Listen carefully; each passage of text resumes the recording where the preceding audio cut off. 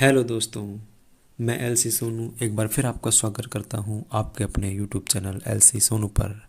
दोस्तों, railway NTPC के exam pattern और आने वाले क्वेश्चनों को समझने का सबसे आसान तरीका होता है उसके पिछले सालों के क्वेश्चन पेपर को सोल्व करना।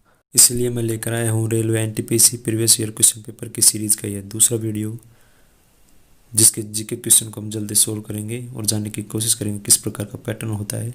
इसलिए देर ना करते हुए हम इसके जीके के क्वेश्चन को सोल्व करते हैं। और दोस्तों, इसके जो रीजनिंग और मैथ के क्वेश्चन हैं उसके लिए मैं जल्द ही वीडियो लेकर आने वाला हूँ, लेकिन फ़िलहाल के लिए हम जीके क्वेश्चन को सोल्व करते हैं और देखते हैं पहला क्वेश्चन क्या पूछा गया है। दोस्तों, पहला क्वेश्चन पूछा गया है कि पारिस्थितिकी तंत्र की संकल्पना किसके द्वारा प्रस्तुत की गई थी। तो इसका उत्तर ए आर्थर ट्रांसले सही हो जाएगा। अगला क्वेश्चन देखते हैं। अगला क्वेश्चन पूछा गया है कि निम्नलिखित में से कौन सा शहर वास्तुकला की दृष्टि से नियोजित शहर है। इसका आंसर डी चंडीगढ़ सही हो जाएगा।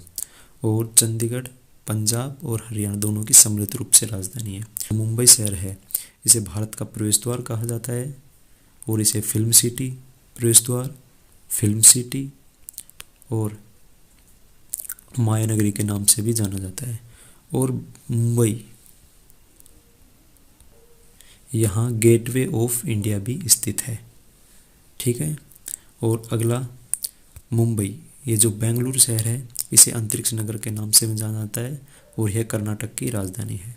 और नई दिल्ली को 1911 में कलकत्ता की जगह राजधानी बनाने की घोषणा की गई थी, लेकिन आधिकारिक रूप से इसे 1931 में भारत की राजधानी बनाया गया था। चलिए चलते हैं अगले क्वेश्चन की ओर। अगला क्वेश्चन पूछा गया है, दुनिया में बोली जाने वाली दूसरी सबसे बड़ी भाषा कौन सी है। तो दोस्तों, स्पेनिश दुनिया में दूसरी सबसे ज़्यादा बोली जाने वाली भाषा है और पहली मंडरिन भाषा है जो दुनिया में सर्वाधिक बोली जाती है। और इसका जो बाहुल्यता है वो चीन में है। चीन में सर्वाधिक मंडरिन ही बोली जाती है। अगला क्वेश्चन देखते हैं। अगला क्वेश्चन पूछा गया है, मानव शरीर में सबसे छोटी हड्डी कौन सी है। तो मानव शरीर की सबसे छोटी हड्डी स्टेपीज है जो कि कान में पाई जाती है। और मानव शरीर की जो सबसे बड़ी हड्डी है वो जांघ में पाई जाने वाली फीमर हड्डी है। चलते हैं अगले क्वेश्चन की ओर। अगला क्वेश्चन पूछा गया है, वर्तमान में हमारे द्वारा उपयोग किए जाने वाले रासायनिक प्रतीकों की विधि किसके द्वारा तैयार की गई थी। तो इसका आंसर सी बर्जिलियस सही हो जाएगा। तो बर्जिलियस के द्वारा वर्तमान में जो रासायनिक प्रतीकों के लिए विधि तैयार की है वो बर्जिलियस के द्वारा तैयार की हुई है। अगला क्वेश्चन देखते हैं। ये क्वेश्चन करंट अफेयर से था। 2015 में मिस यूनिवर्स पेजेंट किसने जीती थी। तो इसका उत्तर बी पिया वुत्तरजाक सही हो जाएगा। अगला क्वेश्चन देखते हैं, पीछे की ओर उड़ने वाला एकमात्र पक्षी कौन सा है। उसका उत्तर ए सही हो जाएगा, हमिंगम बर्ड। तो हमिंगम बर्ड के बारे में आपको 2-4 बातें याद रखनी है कि विश्व का सबसे छोटा पक्षी है और इसके अलावा यह पीछे की ओर उड़ता है। और तीसरी बात जो इसके बारे में आपको याद रखनी है, इसे गुंजन पक्षी के नाम से भी जाना जाता है, गुंजन पक्षी। ठीक है। चलिए चलते हैं अगले क्वेश्चन की ओर। भारतीय विज्ञान संस्थान कहाँ पर स्थित है। तो भारतीय विज्ञान संस्थान बेंगलुरु के अंदर स्थित है जो कि कर्नाटक की राजधानी है। अगला क्वेश्चन, मारियाना ट्रेंच किस महासागर में स्थित है। दोस्तों, विश्व के सबसे बड़े महासागर प्रशांत महासागर में विश्व की सबसे गहरी ट्रेंच या गर्त मारियाना ट्रेंच स्थित है जो कि फिलीपींस द्वीप समूह के आसपास देखी जा सकती है। अगला क्वेश्चन, कंप्यूटर के संदर्भ में निम्न में से कौन सा तात्पर्य है। लैन का तात्पर्य क्या है। दोस्तों, लैन की जो फुल फॉर्म है वो होगी लोकल एरिया नेटवर्क। कंप्यूटर को आपस में कनेक्ट करने की एक विधि है जिनमें लैन एक है। तो इसका उत्तर बी सही हो जाएगा। अगला क्वेश्चन, निम्नलिखित में से कौन सा न्यूनतम छिद्रयुक्त है। दोस्तों, जो चिकनी मिट्टी होती है उसके कण बहुत ही नज़दीक होते हैं, जिसके कारण इनके बीच कणों के बीच जो गैप होता है वो बिल्कुल ही कम होता है। इसी वजह से यह न्यूनतम छिद्रयुक्त मिट्टी होगी, इसलिए इसका आंसर सी सही हो जाएगा। अगला क्वेश्चन देखते हैं, विकासवादी सिद्धांत किसके द्वारा प्रस्तुत किया गया था। दोस्तों, ये चार्ल्स डार्विन के द्वारा प्रस्तावित किया गया था, जिसमें जीवों के विकास के बारे में लेकर सिद्धांत दिया गया था।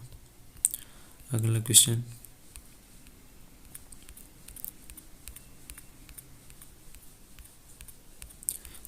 देखते हैं दोस्तों। अगला क्वेश्चन पूछा गया है, रियाल किस देश की मुद्रा है? दोस्तों जो रियाल है वो ब्राज़ील की मुद्रा है, और ब्राज़ील की राजधानी जो है ब्रासिलिया है। और लेकिन रियाल को लेकर आपको ये याद रखना है कि रियाल जो है वो सऊदी अरब की भी मुद्रा है, और सऊदी अरब की मुद्रा रियाल, और जो इसकी राजधानी है वो है रियाल। तो ये याद रखना, रियाल और रियाद। रियाल तो सऊदी अरब की राजधानी है, और जो रियाल है वो इसकी मुद्रा है, रियाद राजधानी। चलिए शुरू करते हैं अगला क्वेश्चन। अगला क्वेश्चन पूछा गया है, निम्नलिखित में से कौन सी नदी पश्चिमी घाट से नहीं निकलती है?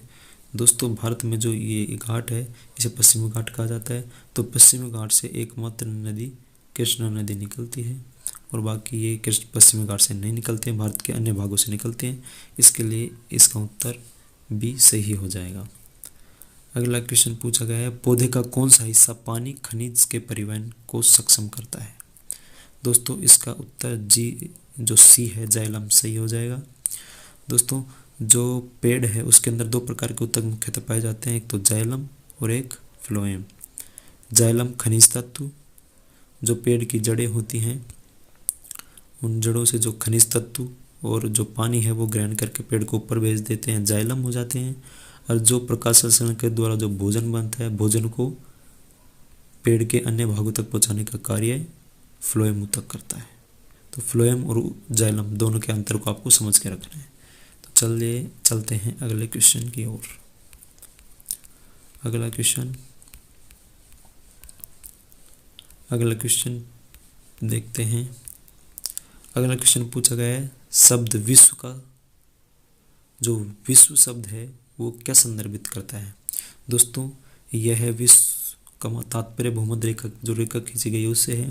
तो इसका उत्तर बी सही होगा। दिन और रात एक समान होते हैं। जब सूरज भूमध्य रेखा के ऊपर स्थित होता है, पृथ्वी जो है इसकी भूमध्य रेखा के ऊपर स्थित होता है, तो उस समय ऊपर उत्तरी ध्रुव में और नीचे दक्षिणी ध्रुव में दोनों जगह रात और दिन की अवधि समान होती है। इसके लिए इसका उत्तर बी सही होने वाला है। अगला क्वेश्चन पूछा गया है, निम्नलिखित में से कौन सा खेल ओलंपिक खेलों से हटा दिया गया है? दोस्तों इसका उत्तर सी बेसबॉल सही हो जाएगा। दोस्तों अगला क्वेश्चन है, इनमें से कौन सा रासायनिक परिवर्तन का उदाहरण है? दोस्तों इसका उत्तर सी निष्क्रियकरण या न्यूट्रलाइजेशन ये सही हो जाएगा। दोस्तों ऊर्ध्वपातन क्या होता है? किसी भी ठोस पदार्थ को यदि सीधे गैस में परिवर्तित हो जाता है तो उसे ऊर्ध्वपातन की प्रक्रिया कहा जाता है। और स्फटिक रूप जो क्रिस्टल रूप होते हैं उसमें परिवर्तित होती है तो वो क्रिस्टलीकरण होता है, क्रिस्टलाइजेशन होता है। और जो आसवन विधि होती है, जो दो पदार्थ आपस में मिले हुए होते हैं जिनके क्वथनांक अलग अलग होते हैं, तो उनको अलग करने के लिए आसवन की विधि का प्रयोग किया जाता है। अगला क्वेश्चन देखते हैं, दादा साहब फाल्के पुरस्कार से सम्मानित होने वाले प्रथम व्यक्ति कौन थे? तो दोस्तों देविका रानी इसका आंसर सही हो जाएगा। देविका रानी भारत की पहली अभिनेत्री थी और उन्हें ही दादा साहब फाल्के पुरस्कार से सम्मानित किया गया था। अगला क्वेश्चन, चाणक्य का एक अन्य नाम क्या है? दोस्तों चाणक्य का अन्य नाम विष्णुगुप्त है। इसके अलावा चाणक्य को कौटिल्य भी कहा जाता है। कौटिल्य का अध्ययन जो तक्षशिला विश्वविद्यालय था वहाँ पर हुआ था, वहाँ पर वो शिक्षक भी थे। ये बात आपको याद रखनी है। अगला क्वेश्चन देखते हैं, पृथ्वी का जल चक्कर निम्न में से किसके द्वारा संचालित होता है? दोस्तों इसका उत्तर सी सूर्य से ही होगा, क्योंकि जो पृथ्वी के ऊपर उपस्थित जल है वो सूर्य की वजह से ही भाप में बनता है, और भाप बनने के बाद बादल बनते हैं, और बादल बनने के बाद वो वापस पृथ्वी पर आ जाता है और वापस से बह करके समुद्र में चला जाता है, और वहाँ से वापस भाप बनकर बादल बन जाता है। इस प्रकार जो पूरा चक्र संपन्न होता है, इसके अंदर महत्वपूर्ण भूमिका सूर्य की होती है, क्योंकि वाष्प सूर्य के प्रकाश की वजह से ही बनता है। तो अगला क्वेश्चन, जीवन की मूलभूत इकाई का क्या नाम है? दोस्तों इसका आंसर ए कोशिका सही हो जाएगा। यही जो सूक्ष्मतम जो इकाई है मानव शरीर की वही यही है। अगला क्वेश्चन, ऑक्टोपस के खून का रंग कैसा होता है? तो इसके खून का रंग दोस्तों नीला होता है। ऑक्टोपस क्या होता है, एक इस प्रकार का प्राणी होता है जिसके 8 पाँव होते हैं नीचे, तो ये इस प्रकार के प्राणी होते हैं, तो इसका जो खून का रंग होता है वो नीला कलर का होता है। अगला क्वेश्चन,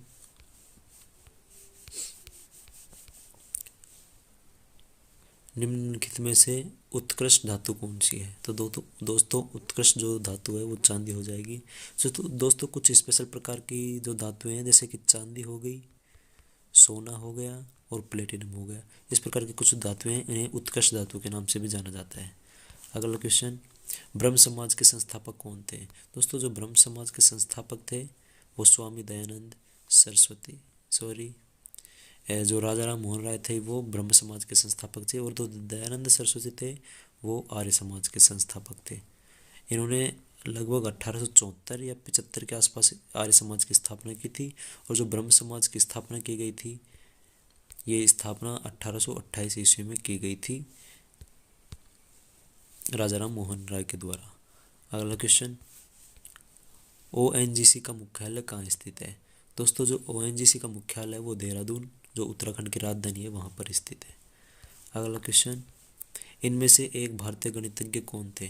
दोस्तों जो सी हैं वो भारतीय गणितज्ञ थे, तो इसका आंसर सी हो जाएगा, और जो रेलवे ने भी इसका सी उत्तर मान रखा है। अगला क्वेश्चन, निम्नलिखित में से मुक्केबाजी के लिए द्रोणाचार्य पुरस्कार किसने प्राप्त किया है? दोस्तों करंट अफेयर्स के हिसाब से है, तो इसका उत्तर ए दिखा रखा है रेलवे ने, ए, तो ये ए सही हो जाएगा। दोस्तों अगला क्वेश्चन है, वर्तमान में भारत के मुख्य न्यायाधीश कौन है? दोस्तों इसका आंसर, जिस समय पेपर बना था उस समय TS ठाकुर थे, तो उस समय इसका आंसर ये सही हो जाएगा। लेकिन भारत के जो वर्तमान मुख्य न्यायाधीश हैं वो शरद बोबड़े हैं, शरद सिंह बोबड़े, ठीक है, तो इसका आंसर ये सही होगा। अगला जो क्वेश्चन है, सुभाष चंद्र बोस के पिता का नाम क्या था? दोस्तों इनके जो पिता का नाम था वो जानकी नाथ बोस था, और आपको ये बात भी याद रखनी है कि जो सुभाष चंद्र का बोस का जो जन्म हुआ था वो कटक के अंदर हुआ था, जो कि उड़ीसा के अंदर स्थित है। अगला क्वेश्चन, थॉमस कप किस खेल से जुड़ा हुआ है? दोस्तों इसका उत्तर ए, बैडमिंटन सही हो जाएगा। अगला क्वेश्चन देखिए, अगला क्वेश्चन देखते हैं। अगला क्वेश्चन बहुत ही नीचे है, ये देखिए, ये रहा, रॉबर्ट गोलब्रेथ को बेहतर तरीके से किस नाम से जाना जाता है? दोस्तों इसका जो आंसर होगा वो डी सही होने वाला है, JK रोलिंग, ठीक है। अगले क्वेश्चन की तरफ हम चलते हैं। दोस्तों जो अगला क्वेश्चन है वो लाइट पेन क्या है? दोस्तों जो लाइट पेन है, जो इनपुट डिवाइस है, ये कंप्यूटर क्वेश्चन है, ठीक है। स्क्रीन के ऊपर जिस प्रकार से लिखा जाता है तो लिखने के लिए इस लाइट पेन का उपयोग किया जाता है। अगला क्वेश्चन, किस अभ्यारण्य को पूर्व में भरतपुर पक्षी अभ्यारण्य के नाम से जाना जाता है? दोस्तों इसका आंसर जो केवलादेव राष्ट्रीय उद्यान है, ये सही हो जाएगा, जो भरतपुर पक्षी अभ्यारण्य जो राजस्थान के भरतपुर जिले के अंदर स्थित है। अगला क्वेश्चन देखिए, चलते हैं अगले क्वेश्चन की ओर। अगला क्वेश्चन पूछा गया है, सबसे बड़ा स्तनपायी कौन सा है? दोस्तों जो स्तनपायी सबसे बड़ा वो ब्लू व्हेल है। सामान्यतः इसे मछली समझ लिया जाता है, लेकिन ये आपको ये याद रखना है स्पष्ट रूप से कि जो स्तनपायी प्राणी होते हैं उन्हीं के अंदर व्हेल को शामिल किया जाता है। अगला क्वेश्चन, सूर्य की ऊर्जा किस माध्यम से उत्पन्न होती है? दोस्तों जो सूर्य की ऊर्जा होती है वो जो परमाणु संलयन की प्रक्रिया होती है उसके द्वारा संपन्न होती है। दोस्तों ये याद रखिए कि जो परमाणु संलयन की प्रक्रिया है उसके अंदर हाइड्रोजन के परमाणु जुड़ते हैं और इसके द्वारा ऊर्जा उत्पन्न होती है। जो सूर्य हो गया और इसके अलावा जो हाइड्रोजन बम हो गए उनमें संलयन की प्रक्रिया होती है, और जो परमाणु बम होते हैं उनमें परमाणु विखंडन की प्रक्रिया होती है। तो ये याद रखिए कि जो परमाणु बम में विखंडन की प्रक्रिया और जो हाइड्रोजन बम है उनमें संलयन की प्रक्रिया होती है, ठीक है। अगला क्वेश्चन, प्रसिद्ध यात्री जहाज टाइटैनिक किस देश से संबंधित था? दोस्तों इसका आंसर सी, ग्रेट ब्रिटेन सही हो जाएगा। इसके ऊपर फिल्में बन चुकी है तो आपको ये क्वेश्चन याद होगा ही, इसलिए चलिए आगे चलते हैं। अगला क्वेश्चन पूछा गया है, ऑस्ट्रेलिया का सबसे अधिक घनी आबादी वाला शहर कौन सा है? तो दोस्तों जो सिडनी है वो इसका आंसर सही हो जाएगा। ऑस्ट्रेलिया महाद्वीप, लगभग जो ऑस्ट्रेलिया महाद्वीप है इसके अंदर जो मुख्य देश तो ऑस्ट्रेलिया है और जो एक दूसरा देश न्यूजीलैंड है। और आपको ये भी याद रखना है कि न्यूजीलैंड जो देश है वहाँ उनके बीच में जो ये क्षेत्र है तो इसे कुक जल संधि के नाम से जाना जाता है। जो समुद्र का ये भाग है इसे कुक जल संधि कहते हैं। अगला क्वेश्चन दोस्तों इसी के साथ समाप्त हो जाते हैं। दोस्तों आपको वीडियो कैसा लगा आप ये कमेंट करके अवश्य बताएं, और इसके साथ ही अगले नेक्स्ट वीडियो के लिए आप हमारे चैनल को सब्सक्राइब कीजिए और लाइक कीजिए, और हाँ अपने दोस्तों के साथ शेयर करना बिल्कुल भी ना भूलें। दोस्तों फिर मिलते हैं अगले वीडियो में। बहुत बहुत धन्यवाद।